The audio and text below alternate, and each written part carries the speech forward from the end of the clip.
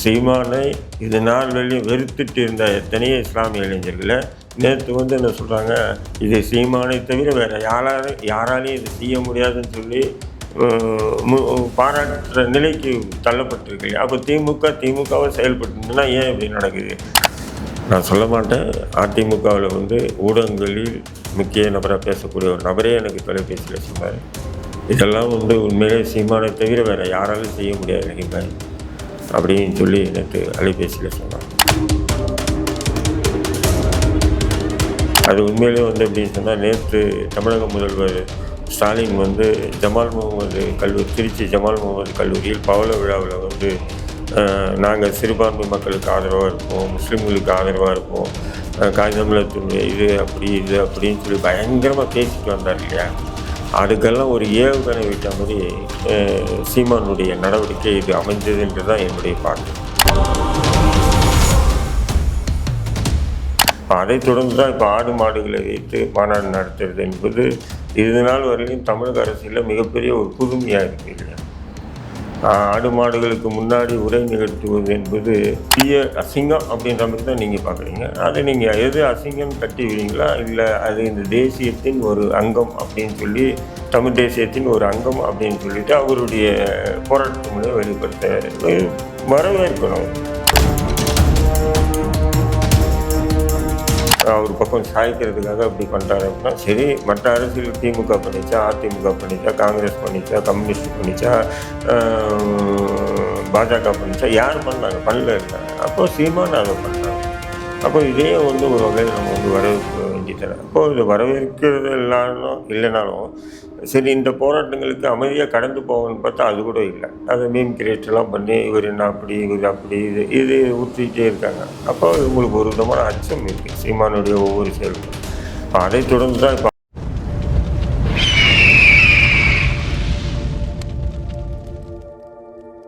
அரசியல் விருது நேயர்களுக்கு வணக்கம். இன்று நம்மோது இணையும் சிறப்பு விருந்தினர் இந்திய தேசிய லீக் கட்சி நிறுவன தலைவர் திரு ததார் ஹக்கீம் அவர்கள். வணக்கம் சார். வாங்க சார். சமீபத்தில் பஞ்சுமர் நில மீட்பு, அதுக்கப்புறம் பனை ஏறி கல்லிறக்கும் போராட்டம், இதெல்லாம் மிகப்பெரிய இம்பேக்ட் தமிழக அரசியல் களத்தில் ஏற்படுத்தியிருந்தது. அதை தொடர்ந்து தற்போது ஆடு மாடுகளுக்கான மாநாடுன்றது மிகப்பெரிய வரவேற்பு மக்கள் மத்தியில் பெற்றுள்ளது. இந்த விதத்தை எப்படி சார் பார்க்குறீங்க? இல்லை, இது திமுக ஐடிவிங்க நாம் தமிழ் கட்சிக்கு எதிரான சிந்தனை உள்ளவங்க ஏதோ ஒரு காமெடி மாரி ஏதோ மீம் கிரியேட் மாதிரி பண்ணிட்டு வராங்க. பட் இதில் அடங்கி உள்ள அர்த்தம் பார்த்திங்கன்னா நிறைய இருக்குது. தமிழ்நாடு தமிழ் தேசியம் அப்படின்னு சொல்லும்போது தமிழ் தேசிய பண்பாட்டுக்கு உட்பட்ட அனைத்து விஷயங்களுக்காக நான் போராடுவேன் அப்படின்றது தான் சீமானுடைய கருத்தில் இருக்குது. அந்த அடிப்படையில் தான் அவர் செயல்பட்டுட்டு வர்றாரு. சாராய கடை ஏதோ டாஸ்மார்க்கை வச்சுருப்போம், போதை வஸ்துகளை அங்கங்கே சரளமாக விற்பனை பண்ணுவோம், ஆனால் கல் இருக்கிறத எதிர்ப்போம் அப்படின்றது எந்த வகையான மனநிலை? டாஸ்மார்க்கை மூடுங்க, போதை வைப்பு ஒழிங்க, அப்போது கல் இருக்கும் போராட்டத்தை சீமான் நடத்தினார்னா அதை எதிர்ப்பு தெரிவிங்க, அது லாஜிக்காக ஏற்றுக்கலாம். என்ன சொல்கிறீங்க? அப்போ இதெல்லாம் பார்த்தீங்கன்னு சொன்னால் மனிதனை உயிரோடு கொல்லும் கொடிய விஷம் சைனடு குப்பியாக இருக்குது இந்த மதுபா. இதெல்லாம் விட்டுட்டு கல்லறுக்கும் போராட்டத்தை நீங்கள் காமெடி பண்ணுறீங்கன்னா அப்போ உங்களுடைய அரசியல் புரிதலோ உங்களுடைய இயலாமை தான் இதை வெளிப்படுத்தி தவிர வேறு எதுவுமே இல்லை.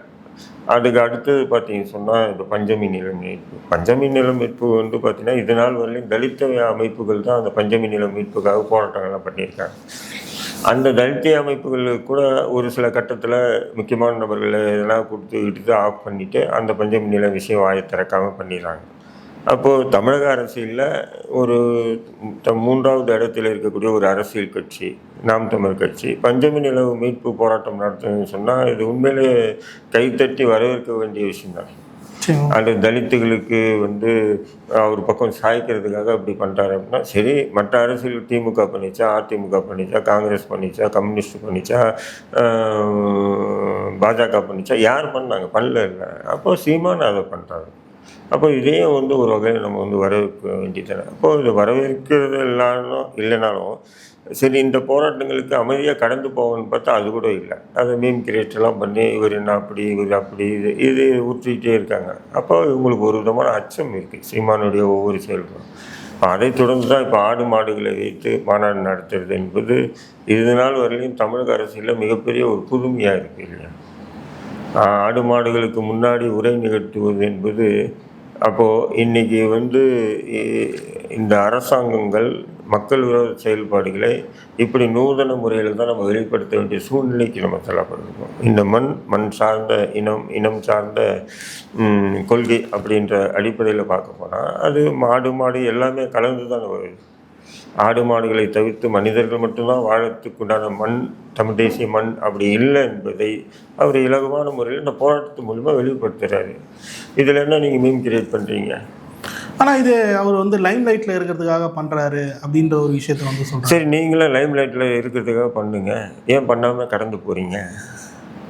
அது நீங்கள்லாம் அதெல்லாம் வந்து ஒரு பெரிய அசிங்கம் அப்படின்ற மாதிரி தான் நீங்கள் பார்க்குறீங்க. அதை நீங்கள் எது அசிங்கம்னு தட்டி விடுறீங்களா, இல்லை அது இந்த தேசியத்தின் ஒரு அங்கம் அப்படின்னு சொல்லி, தமிழ் தேசியத்தின் ஒரு அங்கம் அப்படின்னு சொல்லிட்டு அவருடைய போராட்டத்து மூலம் வெளிப்படுத்த வரவேற்கணும். அது நான்லாம் வந்து நாம் தமிழ் கட்சியில் இல்லை. தூரத்துலேருந்து பார்க்கும்போது ஒரு வித்தியாசமான வினோதமான, அதே நேரத்தில் அவர் எடுத்திருக்கக்கூடிய தமிழ் தேசிய சித்தாந்த கொள்கைக்கு உட்பட்ட ஒரு விஷயமாக தான் நீங்கள் பார்க்கணும். அதான் கேட்க மற்ற தலைவர்கள்லாம் வந்து அந்த ஓட்டு அரசியலை மீன் பண்ணி சில விஷயங்களை வந்து தேர்தலுக்கு முன்னாடி பண்ணி தருவா இல்லை, சீமானவர்கள் இந்த மாதிரி பொது விஷயத்தை வந்து கையில் எடுக்கிறது தேர்தலில் அது எஃபெக்டாக அமையுமா சார்? இல்லை தேர்தலுக்காக பண்ணல, அது பொதுவாக பண்ணுறாரா? சீமானை பொறுத்தவரையிலையும் தமிழ் தேசிய சித்தாந்தத்தோடு தமிழ்நாட்டில் வந்து நான் களமாடுறேன். இதில் நான் எடுக்கக்கூடிய விஷயங்கள் எல்லாமே இது இருக்குது. இது எல்லாமே நான் எடுத்து போராட்டே இருப்பேன். அதுக்காக வந்து உடனே எனக்கு ஓட்டு போடுறாங்க போடல, அது எனக்கு முக்கியம் இல்லை. நான் இந்த அடிப்படையில் தான் என்னுடைய அரசியலை நான் கொண்டு போவேன் அப்படின்னு சொல்லி தேர்க்கும் முடிவெடுத்து தான் செய்கிறார். இதில் என்ன ஒரு ஆச்சரியப்பட வேண்டியதாக இருக்குது? ஆனால் தேர்தல் காலத்துக்கு வந்தாங்க, அதுக்காக சில நடவடிக்கைகள் எடுத்தாகணும்னு சொல்லிட்டு ஒரு பேச்சு அடிப்பதும் சார். இதனால் வேறு ஆடு மாடு விஷயங்கள் யாரும் எடுத்தான்? நான் கேட்குறவங்கள யாரும் எடுக்கல. கல் இறக்கிறத பற்றி யாரும் எடுத்தான்? பேச்சு வழக்கில் நிறைய பேர் பேசியிருக்காங்க, ஆனால் எதிர்த்ததில்லை. பஞ்சமி நிலம் தலித்திய ஓட்டுகளை முழுமையாக அறுவடை செய்யக்கூடிய எந்த அரசியல் கட்சியாச்சும் பஞ்சமி நிலம் விஷயமா போராடியிருக்காங்க? ஏன் கம்யூனிஸ்டுகள் உட்பட நான் சொல்கிறேன். இல்லை. அப்போ அதை எடுத்து பண்ணுறாரு. அப்போ நீங்கள் எல்லா விஷயத்தையும் பாருங்கள். அப்படி இருக்கும்போது நாம் வந்து அது வந்து தேர்தலுக்காக, அரசியலுக்காக, ஓட்டுக்காக அப்படின்னு நம்ம சொல்ல முடியாது. இப்போ திமுக சொல்லுதுன்னா விடுபட்ட லேப்டாப் கொடுக்காதவங்க மாணவர்களுக்கு கொடுப்போம், அந்த நிதி உதவி பெண்களுக்கு வழங்க வேண்டிய நிதி உதவி விடுபட்ட பெண்களுக்கு நாங்கள் தருவோம்னு சொன்னால் இது அப்பட்டமான அரசியல். நிச்சயமா சார். இப்போ இந்த மாதிரி விதங்களை கையில் எடுக்க, குறிப்பாக பஞ்சமி நில மீட்பு அந்த விஷயத்தில் வந்து அனைத்து ஜாதி தலைவரும் ஒன்று இருந்தாங்க. கல்லிறக்கம் போராட்டம் அப்போ இது வந்து நாடார் சமூக வாக்குகளை குறி வச்சு பண்ணுறாருன்ற ஒரு விஷயத்தை பண்ணியிருந்தாங்க. இப்போ வந்து தாய்நாடு மக்கள் கட்சி வந்து தன்னெழுச்சியாக வந்து அந்த ஆடு மாடுகளுக்கான போராட்டத்துக்கு ஆதரவு தெரிவிச்சிருக்காங்க. சீமானோட அழைப்பின் பேர்லாம் அவங்க வரல.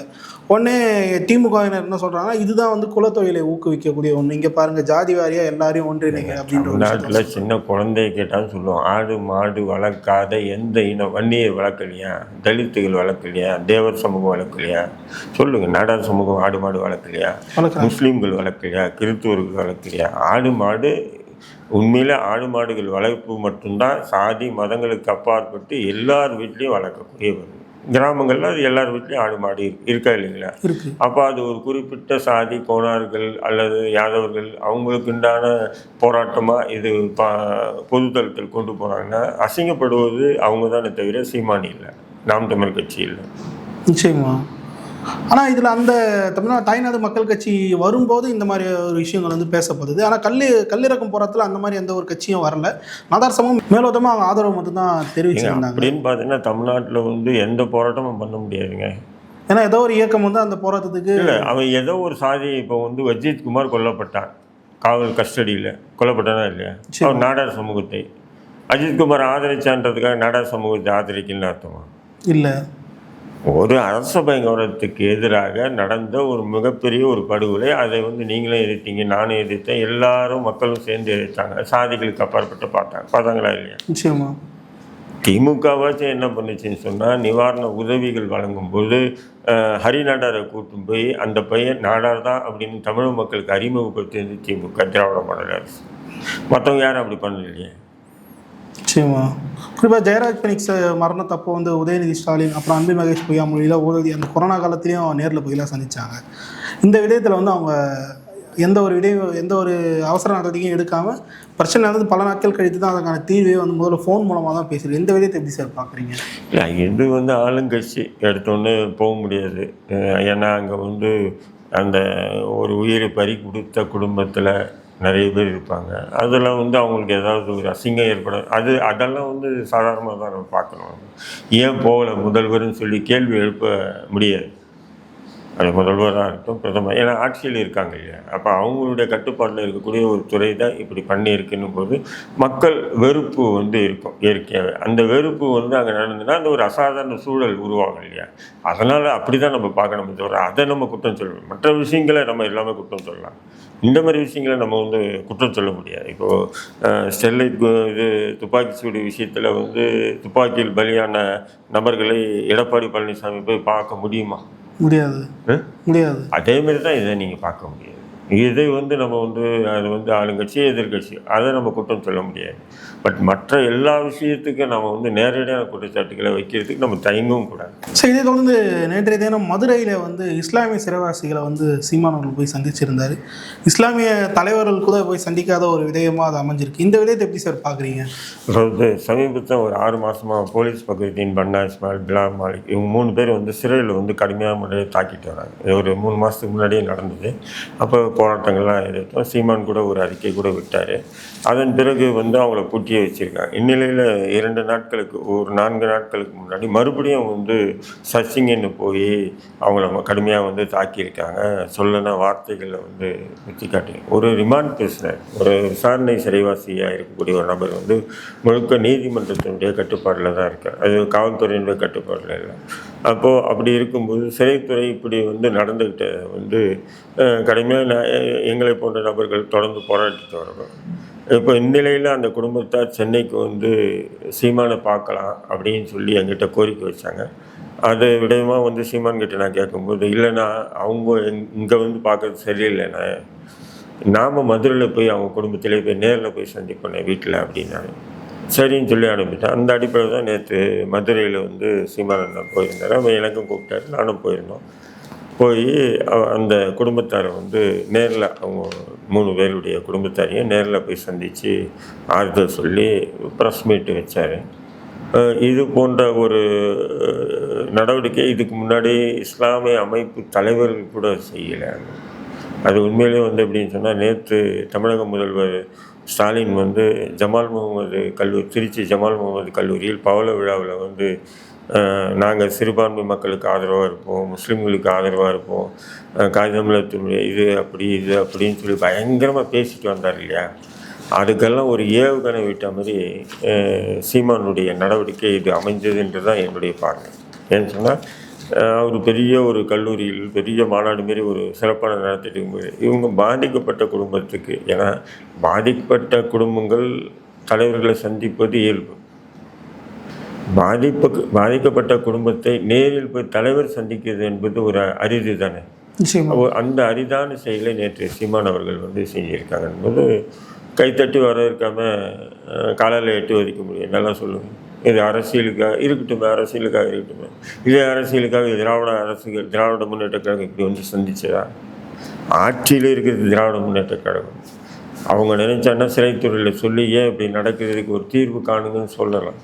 சொல்லாமல் அவங்க அமைதியாக கடந்து போகிறாங்கன்னா, அப்போ முஸ்லீம்களை வந்து ஒரு பக்கம் பிள்ளையும் கிள்ளிட்டு தொட்டிலையும் ஆற்ற ஒரு இழிவான செயலை வந்து தொடர்ந்து திமுக அரசு செய்கிறது. எப்படின்னு சொன்னீங்கன்னா, காகிதமில்லத்துக்கு நாங்கள் வந்து நூலக கட்டிடத்துக்கு காகிதமில்ல பேரை வச்சுன்றது பெருமை இல்லை.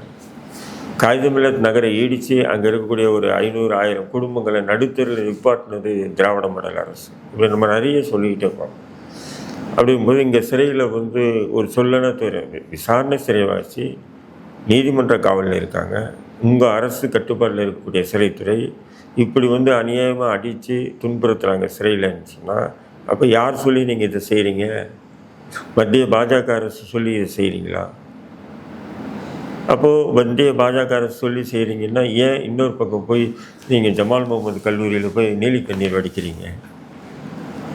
இஸ்லாமிய சமூகத்துக்கு எங்களை விட்டு ஆளே இல்லை அப்படின்னு. அப்படி இருக்கும்போது நேற்றைய இந்த சீமான் வந்து அந்த சிறைவாசி அவர்களுடைய குடும்பத்தாரை சந்தித்து எங்கள் சமூகத்து இளைஞர்கள் மத்தியில் திமுக கம்யூனிஸ்ட்டு விடுதலை சிறுத்தை இன்னும் பிற கட்சிகளில் இருக்கக்கூடிய முஸ்லீம்களை தவிர்த்து பொதுவான இஸ்லாமியர்களுக்கு வந்து ஒரு விதமான ஒரு நம்பிக்கை வந்து சீமான் வந்து ஏற்பட்டிருக்குன்னு நான் சொல்வேன். நான் சொல்ல மாட்டேன். அதிமுகவில் வந்து ஊடகங்களில் முக்கிய நபராக பேசக்கூடிய ஒரு நபரே எனக்கு தொலைபேசியில் சொன்னார், இதெல்லாம் வந்து உண்மையிலே சீமானை தவிர வேறு யாராலும் செய்ய முடியாது ரஹீம்பாய் அப்படின்னு சொல்லி நேற்று அலைபேசியில் சொன்னாங்க. இப்படி வந்து இந்த செயல் வந்து மிகப்பெரிய அளவுக்கு பேசப்பட்டு நேற்று ஒரு நாள் அவர் போய் இப்போது வருகின்ற திங்கட்கிழமை வந்து அந்த போலீஸ் பகுதியில் பன்னா இஸ்மாயில் மாளிகை அவங்க குடும்பத்தாரை கூப்பிட்டுட்டு நாம் தமிழ் கட்சி ஒருங்கிணைப்பாளர் சீமான் அவர்கள் சிறைக்கு போகிறாங்க. நானும் கூட போகிறேன் வர திங்கட்கிழமை. அதுக்கப்புறம் ஆகஸ்ட் 1ஆம் தேதி மதுரையில் பிரம்மாண்டமான முறையில் கண்டன ஆர்ப்பாட்டம், சிறைத்துறையை கண்டித்து ஒரு ஆர்ப்பாட்டம் நடத்துகிறாங்க. இந்திய தேசிய லீக் கட்சி, நாம் தமிழ் கட்சி இணைஞ்சு. இப்படி வந்து பார்த்திங்கன்னு சொன்னால் இது வந்து இந்த மாதிரி சமூகத்தினுடைய பிரச்சனைகளை அந்த நேரத்தில் முன்னெடுப்போடு செயல்படுறது என்பது இன்றைய நிலை சீமான் தான் இருக்கார். நிச்சயமா சார். இப்போது திமுக வந்து சிறுபான்மையரோட பாதுகாவலர்னு சொல்லிட்டு வராங்க. கூட வந்து இஸ்லாமிய அமைப்புகள்லாம் இருக்காங்க. அவங்க போய் சந்திக்காததுக்கு ஒரு சில நெருடல்கள் காரணமாக இருக்கும். அந்த நெருடல் என்ன சீமானுக்கு இல்லை, அவங்களுக்கு என்ன நெருடல் இருக்குன்னு பார்க்கணும். அவங்களுக்கு நெருடல் இருக்கலாம். நம்ம போய் சந்திச்சுன்னா RSS என்ன சொல்லிவிடுவான், பிஜேபி என்ன சொல்லிவிடுவான். அவங்களுக்கு என்ன சார் கவலை? இல்லை திமுக வந்து அது அரசுக்கு கெட்ட பேர் வரும் இல்லையா? இவங்க போய் சந்தித்து நலன் விசாரித்தானா ஊடகங்களில் செய்தி அல்லது சோசியல் மீடியாவில் அந்த செய்தி வந்ததுன்னு சொன்னால் அது திமுக அரசில் வந்து இப்படி ஒரு கொடூரம் நடக்குன்னு அம்பலமாகும் இல்லையா? இல்லை ஆக்சுவலி இவங்க வந்து ஆன்டி பிஜேபி அந்த ஓட்ஸை கன்சர்ன் பண்ணி தான் இவங்க ஆட்சி அதிகாரத்தில் இருக்காங்க.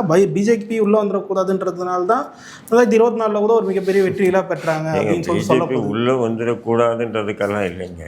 பிஜேபியை காட்டி இஸ்லாமிய கிறிஸ்தவ வாக்குகளை பெறணும். இதுதான் திமுகவுடைய கான்செப்ட், வேற எதுவுமே இல்லை. உண்மையிலே பார்த்தீங்கன்னா பாசிசம், RSS பாஜக பாசிசத்தை விட ஒரு கொடூர பாசிச சைனடு குப்பிகள் தான் திராவிட மாடல் அரசு. இது நிறைய பேருக்கு தெரியல. நிச்சயம் இந்த சமூகம் உணரும் போது இவங்களெல்லாம் வந்து நிச்சயம் வந்து அப்போ திமுக உணரும். நம்ம விட்டுட்டோம், நம்மக்கிட்ட வந்து சுமார் 50 ஆண்டுகளை அடிமைப்பட்டு இருந்த இந்த சமூகத்தை அவங்களுக்கு உண்டானதை நாம் செய்யலை, அதனால் இந்த வாக்குகள் மாறிச்சு நம்மளை விட்டு, அதனால் இப்படி நம்ம படுதோல்வி அடைகிறோம்னு சொல்லி திமுக உணரும் காலம் மிக விரைவில் இருக்குது. ஆனால் நீங்கள் சொல்கிற மாதிரி சார் அந்த இஸ்லாமிய கிறிஸ்தவ வாக்குகளை வந்து டார்கெட் பண்ணி திமுக பல விஷயங்களை வந்து செஞ்சுட்டு வர வேலையில் இப்போ சீமானவர்கள் இப்படி ஒரு விஷயம் செஞ்சுருக்காரு. திமுக அதை இதை பண்ணியிருந்தால் இன்னும் அவங்களுக்கு ஒரு நல்ல பேர் கிடச்சிருக்கோம் இஸ்லாமிய கிறிஸ்தவ மத்தியில். திமுக பண்ண முடியாது இல்லைம்மா, அவங்க அரசு அவங்க தானேம்மா. பிஜேபி என்ன குற்றச்சாட்டு? என்ன சொல்கிறேன், திமுக என்ன பண்ணியிருக்கணும் இந்த விஷயமா நானே வந்து சோசியல் மீடியா முழுக்க இது வந்து இன்னைக்கு நேரத்தில் 3 மாதமாக தொடர்ந்து வெளிப்படுத்திகிட்டே இருக்கேன். உயர் அதிகாரிகளை சந்தித்து கோரிக்கை வச்சுட்டு இருக்கேன். அப்படி இருக்கும்போது இது தமிழக அரசுக்கு தெரியாதுன்னு சொல்ல முடியாது. தெரிஞ்சிருக்க நிறைய வாய்ப்புகள் இருக்குது. மீடியா இல்லை, சோசியல் மீடியாவில் நான் பேசுகிறேன், நிறைய இந்த விஷயமா பேசுகிறேன் அப்படின்னு இது தெரியும். தெரிஞ்சிருக்கும்போது அதுக்கு உண்டான அதிகாரிகளை கூப்பிட்டு ஏன் இப்படி நடக்குதுன்ற ஒரு கேள்வி எழுப்பிருந்தால் இப்படி நடந்தே இருக்காது இல்லையா? இன்னைக்கு சீமானுக்கு அந்த வாய்ப்பே கிடைச்சிருக்காது இல்லையா? நிச்சயமா. புரிதுங்களா இல்லையா? சீமான் மதுரைக்கு போக வேண்டியதே இல்லை. போய் பார்த்தாலும் இது ஒரு பெரிய அரசியலை பேசப்பட்டு இருக்காது. இன்னைக்கு பேசப்படுதா இல்லையா? சீமானை இது நாள் வரையும் வெறுத்துட்டு இருந்த எத்தனையோ இஸ்லாமிய இளைஞர்களை நேற்று வந்து என்ன சொல்கிறாங்க, இது சீமானை தவிர வேறு யாராலையும் இது செய்ய முடியாதுன்னு சொல்லி பாராட்டுற நிலைக்கு தள்ளப்பட்டிருக்கு. அப்போ திமுகவை செயல்பட்டுனா ஏன் இப்படி நடக்குது? திமுக பாஜக சொல்கிறது செயல்பட்டுனா இப்படி தான் நடக்கும். நிச்சயமாக இது மூலமாலாம் வெட்ட வெளிச்சமாக அந்த விஷயங்கள்லாம் தெரிய வருது. இதற்கு முன்னே பாஜக கூட்டணியில் இல்லாதப்போ அதிமுக கூட SDPIலாம் வந்து கூட்டணி வச்சது 2024 வந்து பார்க்கும்போது அவங்களாம் இப்போ வெளியே வந்துட்டாங்க. இப்போ திமுக மாதிரியும் அந்த இஸ்லாமியர்களுக்கான நம்பிக்கை வந்து குறைஞ்சிட்டு வருதுன்றப்போ நாம் தமிழுக்கு இது எந்த திமுக கூட்டணியில் இருக்கக்கூடிய இஸ்லாமிய அமைப்புகளுக்கு கொள்கையெல்லாம் ஒன்றுமே இல்லை தம்பி. பலமுறை சொல்லியிருக்கோம், ஜீரோ. நம்ம பலமுறை சொல்லியிருக்கோம், ஜீரோ. எல்லாருக்கும் MLA சீட்டு வேணும், அரசியல் அங்கீகாரம் கிடைக்கும். இதை தவிர இவனுங்களுக்கு கொள்கையும் இல்லை. சமூகத்தினுடைய உயிர்நாடி பிரச்சனைகளை பற்றியும் கவலை இல்லை, சமூக பிரச்சனைகளை பற்றியும் கவலை இல்லை, இஸ்லாத்தை பற்றியும் கவலை இல்லை, முஸ்லீம்களை பற்றியும் கவலை இல்லை. அவங்களுக்கு தேவை அவங்க கட்சிக்கு அங்கீகாரம் கிடைக்கணும். ஒரு எம்எல்ஏ சீட்டு, 2 எம்எல்ஏ சீட்டு, இல்லை ஒரு எம்பி சீட்டு அல்லது கவுன்சிலர் சீட்டு. இல்லைன்னு சொன்னால் இந்த வாரியம் அந்த வாரியம், வக்பு வாரியம், இந்த வாரியம் அந்த வாரியம், இதில் எதுனா ஒரு மெம்பர்ஷிப்பு நாங்களும் இருக்கோம் பாருங்கள் இந்த அப்படின்னு இந்த தமிழ்நாட்டில் தங்களை அடையாளப்படுத்துவதற்காக செயல்படக்கூடிய நிலை தான் இருக்கே தவிர கொள்கை கத்திரிக்கைலாம் ஒரு இல்லை இவங்களுக்கு. யார் முஸ்லீம் லீக்கு இல்லை, தமுகவுக்கு இல்லை, எஸ்டிபிக்கு இல்லை, யாருக்குமே இல்லை. ஏங்க இது முஸ்லீம்களை தீவிரவாதியாக பயங்கரவாதியாக சித்தரித்து தொடர்ந்து திரைப்படங்கள் எடுத்தோம் விஜய் கட்சி ஆரம்பித்தோன்னா முந்திக்கிட்டு போய் எஸ்டிபிஐ வந்து வாழ்த்து சொல்கிறாங்க. அப்போ இவங்களுக்கு என்ன கொள்கை இருக்குது? எஸ்டிபிஐக்கு என்ன கொள்கை இருக்குது? நான் சொல்கிறேன், நான் இன்றைக்கி சீமான் கூட ஆதரிக்கு சீமான் கூட களமாடுறேன்னு சொன்னால் அதுக்கு கொள்கை இருக்குது. எனக்கு என் சமூக பிரச்சனைகளை சிறைவாசிகள் 25 ஆண்டுகளுக்கு மேலே சிறையில் இருந்த ஆயுள் தண்டனை சிறைவாசிகள் விடுதலை விஷயத்தில் நான் எடுத்த போராட்டத்தை நாம் தமிழ் கட்சி தன்னிச்சையாக எடுத்து 8 மாவட்டங்களில் மிகப்பெரிய அளவுக்கு போராட்டம் பண்ணாங்க. எந்த அரசியல் கட்சி பண்ணிச்சு? இன்றைக்கி வந்து போலீஸ் பகுதியும் பண்ணா இஸ்மாயில் பிலால் மாலிக் தாக்கப்படுறாங்கன்னும் போது முதல் நாளாக போய் அவங்க குடும்பத்தை ஆதரவு சொல்லிட்டு நான் இருக்குமா உங்களுக்கு பிள்ளை, நீ கவலைப்படாதீங்க, இனி எவன் கை வைக்கிறேன் நான் பார்க்குறேன்னு சொல்கிற அளவுக்கு யாருக்கு தைரியம் இருக்குது? நிச்சயமா சொல்லு சார், யாருக்கும் இல்லை. அப்படி இருக்கும்போது அப்போது இதுதான் அரசியல். மற்ற கட்சிகளுக்கு எந்த கொள்கையே இல்லை.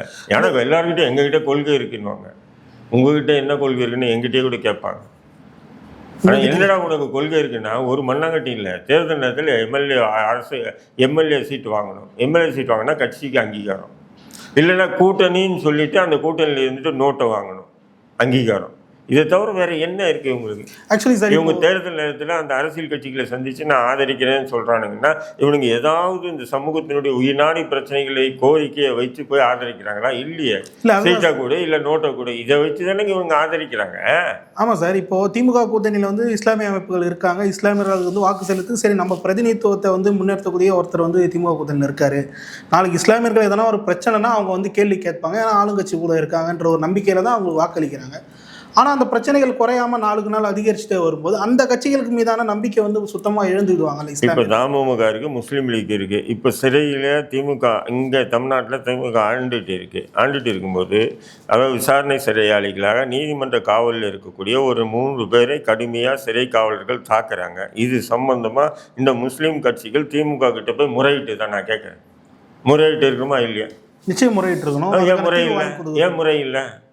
நீங்கள் முறையிட்டு அதுக்கு திமுக உடனே அந்த நிவாரணத்தை அந்த பிரச்சனைக்கு தீர்வு கண்டிருந்தால் இன்றைக்கி சீமானுக்கு அந்த வாய்ப்பே கிடைச்சிருக்காது இல்லையா? தடாரகிமுக்கு அந்த வாய்ப்பே கிடைச்சிருக்காது இல்லையா? சொல்லுங்கள். ஆனால் அது இப்போ நடக்கிறது இல்லை சார். ரொம்ப காலமாகவே அந்த மாதிரி ஒரு விஷயம் நடக்கும்போது ஆளுங்கட்சிகளை வந்து கூட்டணி கட்சிகள் கேள்வி எழுப்புறதே கிடையாது. தேர்தலில் மட்டும்தான் நீங்கள் எழுப்பாமல் நீங்கள் சைலண்ட் மூடில் இருந்தீங்கன்னா அது சீமானும் பேசுவார், நானும் பேசுவேன், எல்லாரும் பேசுவாங்க. பொதுவெளியில் பேசப்படுவோம் தான் உங்களை அம்பலப்படுத்தி தான் ஆகணும். நான் பேசுகிறவங்கள வந்து அரசியல் ஆதாயம் தேடுறீங்க அப்படின்ற ஒரு குற்றச்சாட்டு வைக்கிறாங்கல்ல. என்னங்க பண்ணுறது? அவங்களால முடியாது. இன்னொருத்தன் செய்கிறான்னா என்ன சாணி அள்ளி கொட்டணும், இல்லை கழிவுநீர் எடுத்து ஊற்றணும், அதை தான் அவங்க செஞ்சுட்டு இருக்காங்க. ஆனால் இந்த புரிதல் இஸ்லாமிய சமூக மத்தியில் இப்போ எழுந்துருச்சுன்னு நினைக்கிறீங்களா சார்? நம்ம போன கொஞ்சம் கொஞ்சமாக மாறுமா? இந்த சமூகமே ஒரு வித்தியாசமான சமூகம். எடுத்தோன்னே நம்பாது, ஆனால் நம்பிச்சுன்னா கைவிடாது. அப்படி கைவிடாமல் திமுக பிடிச்சிட்டு இருக்கு இந்த சமூகம்.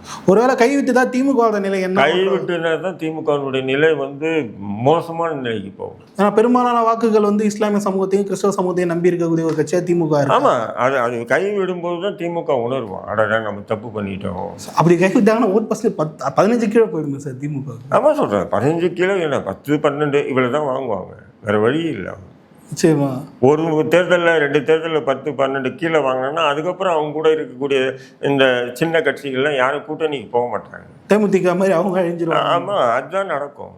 நீங்கள் வந்து எந்த சமூகம் உங்களை முழுமையாக வந்து பட்டுக்கம்பளை விற்று வரவேற்பு கொடுத்து ஒட்டுமொத்த வாக்குகளையும் உங்களுக்கு செலுத்துறாங்க, அந்த சமூகத்துக்கு எதிராக நீங்கள் இருக்கீங்களே. ஏதோ சில சில்லற பசங்களை கூட வச்சுக்கிட்டு அந்த சில்லற பசங்களுக்கு மட்டும் சரி கட்டிட்டா போதும், இந்த சமூகத்தினுடைய ஒட்டுமொத்த வாக்குகளையும் வாங்கிடலான்னு நினைக்கிறீங்களா? இது எப்படி? சார் நீங்கள் சொல்கிறது பார்த்தா இவங்களுக்கு பாஜக மேல்னு சொல்றது தோணுது சார். ஏன்னா அவங்க ஒரு இந்து சமூகம்னா அதுக்காக வச்சு ஒரு விஷயங்கள் ஏங்க அவன் எதிரிங்க, இவன் துரோகிங்க. அவன் எதிரி, பாஜக எதிரி. நேரடியாக வந்து இதான் பண்ணுறேன்னு சொல்லிட்டு பண்ணுறான். அவன் சொல்லிட்டு பண்ணுறான். இவன் துரோகி. இவன் எதிரியை நம்ம வந்து வேற விஷயம். அவன் நேரடியாக வரான், நமக்கு தெரியுது கண்ணு முன்னாடி எதிரின்னு. துரோகி நம்ம கூடவே இருப்பான். நிச்சயமா. சரி சார், பல்லர் கேள்வி தெளிவாக நேரத்துக்கு